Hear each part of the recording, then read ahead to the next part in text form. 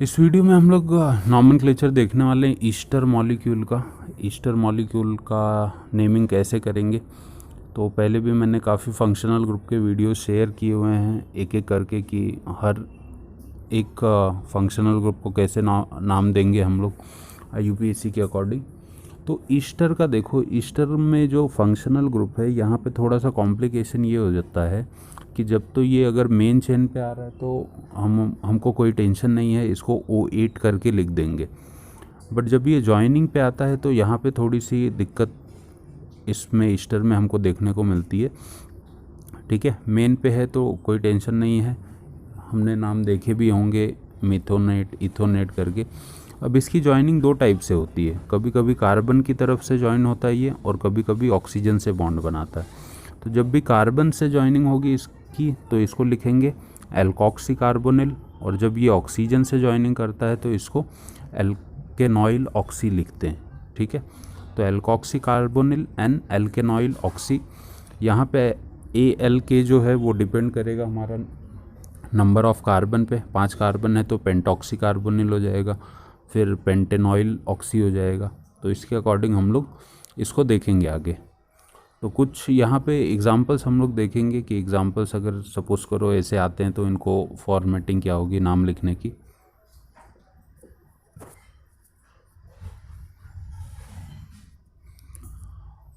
अब ये तो हो गया इसका रिप्रेजेंटेशन। ठीक है, तो यही ग्रुप होता है एल्काइल, इसको एज ए जॉइनिंग लिखते हैं।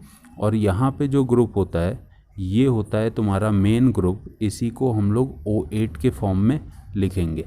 जितने भी कार्बन होंगे कार्बन काउंट करके उसके आगे हम O8 लिख देंगे। और अगर कार्बन नहीं काउंट हो रहा है तो इसको कार्बोक्सिलेट करके लिखते हैं। ये फॉर्मेट होता है ईस्टर का। कार्बन काउंट हो रहा है ईस्टर का तो O8, कार्बन काउंट नहीं हो रहा तब कार्बोक्सिलेट। ठीक है, तो जैसे यहाँ पे मैं लिख देता हूँ, जब भी मेन चेन पे आएगा तो O8 लिख देंगे, और अगर कार्बन नहीं काउंट होता है इसका तो कार्बोक्सिलेट करके लिखेंगे। बट ये जो R' है इसको हम लोग एल्काइल के ही फॉर्मेट में लिखेंगे जो R ग्रुप ऑक्सीजन से जुड़ा होगा। तो ये कुछ रूल्स थे। अब इसके अकॉर्डिंग मैं एग्जांपल अगर मैं बोलूँ तो देखो क्या हो जाएगा। सपोज करो ये फर्स्ट एग्जांपल है हमारे पास।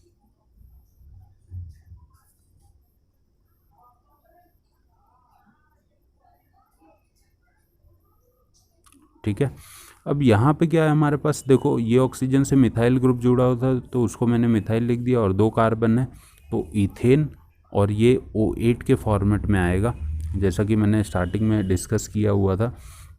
तो इस कंपाउंड का नाम हो जाएगा मिथाइल इथेन O8, या फिर इसको ऐसे भी लिख सकते हैं इथेन 1O8। मेंशन करना है तो कर सकते हैं, कोई इसमें ये नहीं है। दूसरा जैसे एग्जांपल देखो, अगर मैं ये ले लूँ,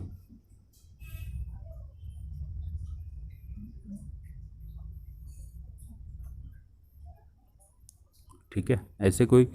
अब देखो ऑक्सीजन से कितने कार्बन जुड़े हुए हैं, 2 कार्बन जुड़े हुए हैं, तो इसको हम लोग डायरेक्ट क्या लिखेंगे इथाइल। और यहाँ पे मेरे पास कितने कार्बन है, टोटल 4। तो इन दोनों कार्बन को हम लोग पहले क्या लिख देंगे, इथाइल लिख देंगे। ठीक है, अब टोटल हमारे पास कितने कार्बन थे, 4 कार्बन थे, तो ये क्या हो जाएगा हमारे पास ब्यूटेन O8।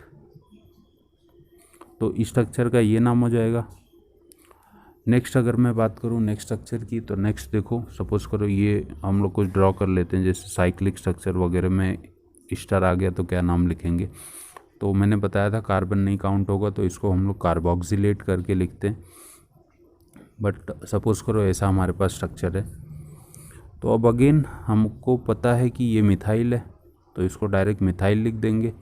और यहाँ पे देखो ये जो स्ट्रक्चर बच जा रहा है साइक्लोहेक्सेन प्लस इस साइक्लोहेक्सेन में ईस्टर है, तो 1 वाली पोजीशन पे कार्बन नहीं काउंट हो रहा है, इसकी वजह से इसको हम लोग कार्बोक्सिलेट करके लिखेंगे।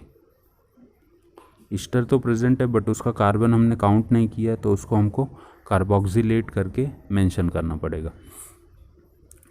तो इस पर्टिकुलर स्ट्रक्चर के लिए ये नाम है। नेक्स्ट अगर स्ट्रक्चर की बात करें तो सपोज करो जैसे ये अगर स्ट्रक्चर मैं ड्रॉ कर दूं,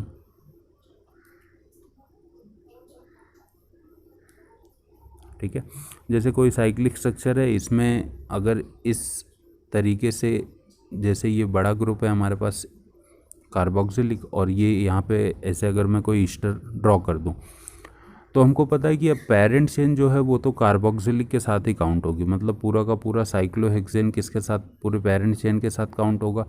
और ये जो स्मॉल सर्कल किया हुआ है मैंने, ये क्या है, जॉइनिंग है। अब काउंटिंग अगर करेंगे तो कार्बोक्सिलिक के साइड से होगी। तो 4 पे देखो हमारे पास किसकी जॉइनिंग है, ईस्टर की जॉइनिंग है। अब ईस्टर को हम लोग ने, मैंने क्या बोला था कि जॉइनिंग पे हम लोग एल्केनॉइल ऑक्सी करके लिखते हैं। तो कितने कार्बन थे, 2 कार्बन थे, तो इथेनॉइल ऑक्सी। अब पेरेंट चेन क्या है, साइक्लोहेक्सेन, प्लस इसमें क्या आ रहा है, कार्बोक्सिलिक एसिड। तो 1 पे हम लोग क्या मेंशन करेंगे, 1 कार्बोक्सिलिक एसिड, ये नाम हो जाएगा इसका।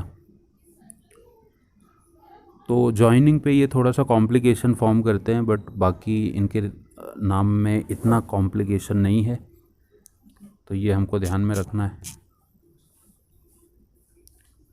नेक्स्ट अगर हम लोग बात करें तो सपोज करो जैसे ये स्ट्रक्चर है,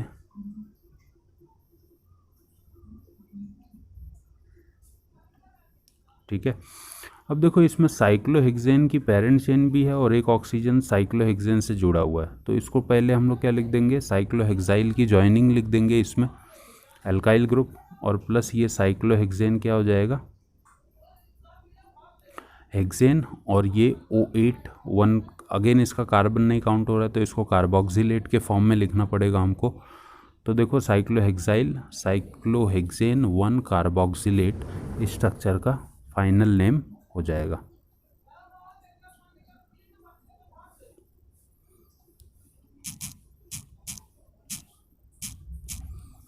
ठीक है, आगे अब अगर चले हम लोग तो देखो जैसे ये स्ट्रक्चर की बात की जाए,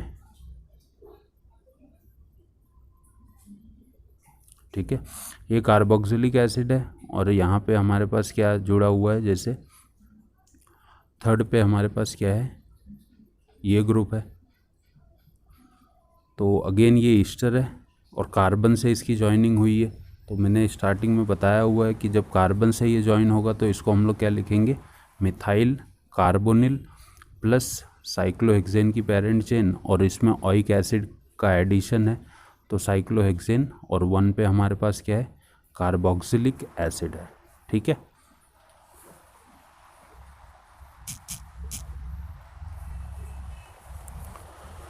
नेक्स्ट अब आगे अगर चले तो इसमें देखो